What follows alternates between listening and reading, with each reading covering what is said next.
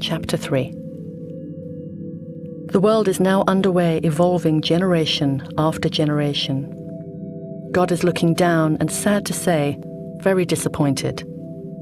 His beautiful creation, man, had become a tremendous disappointment.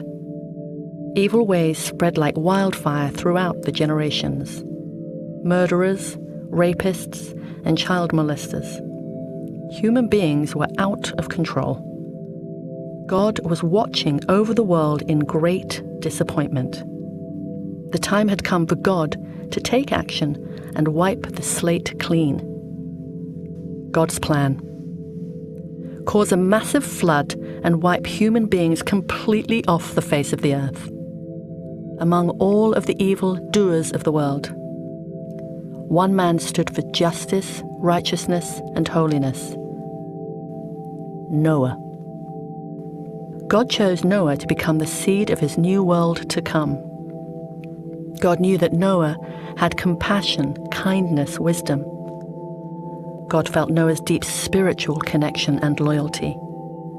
God wanted Noah to be the seed from which his new world would be born. Yes, we are all descendants of Noah, each and every one of us.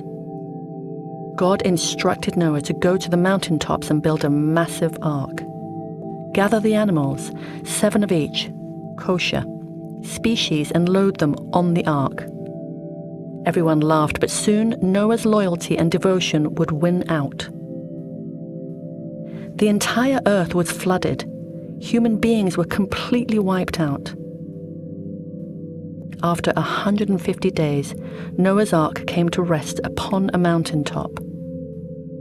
The mountains of Ararat. Noah sent a dove to check for land. The second time the dove returned, he had an olive leaf in his mouth. This was the first sign that the waters receded. The flood had come to an end. Noah made a vow to God to live a pure, holy life. God commanded Noah to keep the Noahide laws of mankind. The first law of kashrut, kosher, has now been established. Time passed on, generation after generation. Human beings multiplied, as did the creatures of the earth. Sad to say, once again, mankind had risen to become evil, destructive people, full of hate and anger.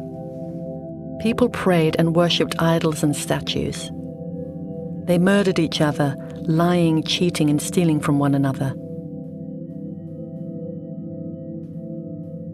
The twin cities of Sodom and Gomorrah.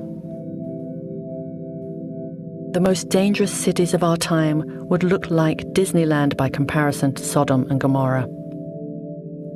Man became so enthralled with his power that he even felt superior to God.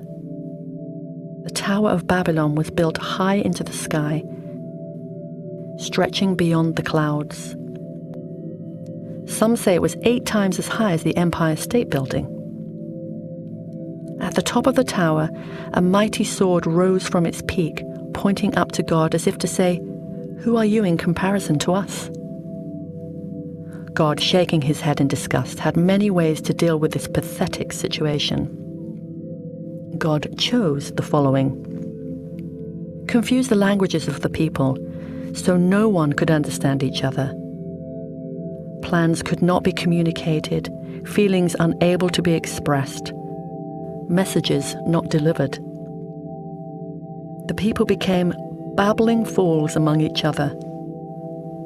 The next time you say you cannot understand someone because they are just babbling, now you know the origin of the expression.